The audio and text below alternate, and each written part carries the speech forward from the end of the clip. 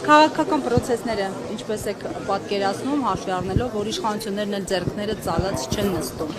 Ես պատկերացնում եմ մեր անելի գործերը, պիտի ներկայացնենք հանրությանը, մասնավորապես եթե ես գյուղատնտեսության ոլորտի ներկայացուցիչ եմ, մեր ամբողջ նախընտրական ծրագիրը, ամբողջ քայլերը, ինչ պիտի անենք զարգացնելու տնտեսությանը, մասնավորապես եթե ինքն կապված է գյուղատնտեսության ոլորտը, ինչպես զարգացնենք, սարքենք արևմտյան Եվրոպային գոնե մոտ գտնվող գյուղատնտեսություն, ինտենսիվ գյուղատնտեսություն, որպեսզի մենք նաև կարողանանք լուծել պարենային անվտանգության խնդիրները, որպեսզի մեր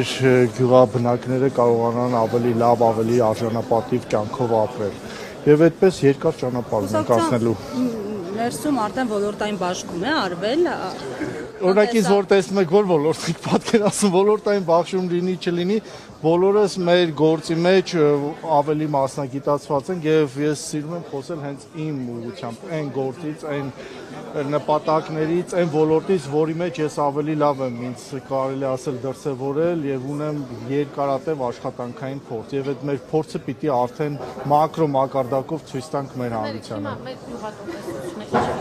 Մենք տեսնում ենք, որ էկոնոմիկայի նախարարը Ապոյանա ջերմոցներ է գնում, այգիներ է գնում, թեկուզ մի գյուղատնտեսությունից հեռու ասում են շոկոլադի մեզ գործարան են կառուցելու ձեր գնահատականը։ Ուրեմն ես պաշտոնական տվյալներ ասեմ, 2016 թվականից մինչև 6 տարի կամ անկում ա եղել կամ շատ չնչին 0 կամ չնչին զարգացում է ունեցել դրական, այս տարի 5-6% աճ է ունեցել եւ որ անդադ որ կառավարությունը թմկարում է աճ, բայց այդքան անկումների մեջ ի վերջո ինչ-որ մի կետից պետք է ինչ-որ մի թեթև աճ ունենալ։ Մենք առաջարկելու ենք մեր տարբերակները, մեր ծրագրերը, որը կապահովի երկարատև եւ բարձր թռիչքաձև աճը։ Շնորհակալ եմ։ Իշխանության գալուց հետո օրինակ Ադրբեջանից ինչ որ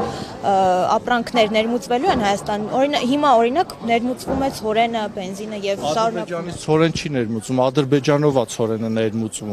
Դա շատ Ադրբեջանից ոչ մի սննդատեսակ չի ներմուծում եւ հույս ունեմ, որ չի ներմուծվի, որտեվ դա մենք կարտադրենք։